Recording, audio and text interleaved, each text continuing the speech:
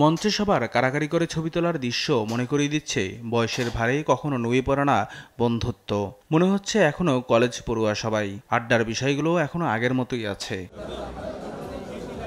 কেউ কেউ আবার ব্যাচের নাম লিখে সারিবদ্ধভাবে বন্ধুদের সঙ্গে ঘুরছে। দীর্ঘদিন পরে হলেও শুক্রবার বোট ক্লাবে এমন সব খুনসুটিতে জমে ওঠে ঢাকা কলেজের প্রাক্তন শিক্ষার্থীদের ঈদ পুনর্মিলনী অনুষ্ঠান।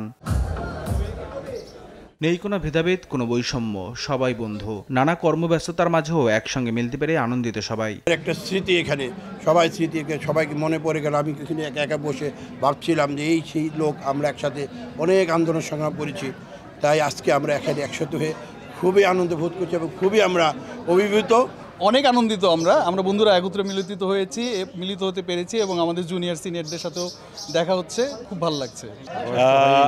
বন্ধুদের সাথে থাকলে আসলে মনে হয় না যে বয়স হয়েছে। যখনই তাদের সাথে থাকি তখন মনে হয় সেই 1991-92 যে ঢাকা কলেজে আমরা যেভাবে ছিলাম সেইখানে যাই। তো আমি রিফিউজ টু সে যে আমাদের কারো বয়স হয়েছে। ঢাকা কলেজে যারা পড়ছে তাদের কখনোই বয়স হয় না।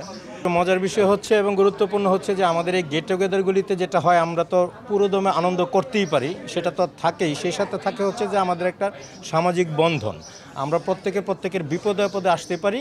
90-এর দশকের কেউ কেউ স্মৃতিচারণ করেন তাদের সময় ঢাকা কলেজ আর সিটি কলেজের সম্পর্কটা কেমন ছিল। রেগুলারই আমরা কি 15 দিনেই থাকি, হ্যাঁ ইনশাল্লাহ। তো যাই হোক, আজীবন এইভাবে আমরা থাকতে চাই, এভাবে বাঁচতে চাই। ঢাকা কলেজ এবং সিটি কলেজ, এই দুই কলেজের মারামারি আমাদের সময়ও ছিল। এইটা আসলে আমরা এক সময় বলতাম যে এটা বন্ধুত্বপূর্ণ মারামারি, তবে আমরা কোনো সহিংসতাকে অবশ্যই সমর্থন করি না। আমরা মনে করি যে আগে এই মারামারিটা ছিল এক দল আরেক দলকে ঢিল ছোড়াছুরির মধ্যে। এখন যেটা ফিজিক্যাল অ্যাসল্টে চলে যাচ্ছে, এটা আমরা সমর্থন করি না। বাসের মধ্যে সিটি কলেজে মেয়েদের সংখ্যা ছিল বেশি, মেয়ে ছিল না। আমি যেটা বলি, এটা বিভিন্ন সময় বাসের মধ্যে এই উত্তরটা কারণ নিয়ে প্রথম শুরু হয় 1982-তে। কলেজের যারা সাবেক ছাত্র, যারা প্রশাসনে বা বিভিন্ন রাষ্ট্রের বিভিন্ন দায়িত্বশীল জায়গায় রয়েছেন, তাদের কাছে আমাদের প্রত্যাশা থাকবে যে তারা দেশ গঠনে গুরুত্বপূর্ণ ভূমিকা রাখবেন। অনেকেই পরিবার নিয়েও আসেন নিজের বন্ধুদের সঙ্গে পরিচয় করে দিতে।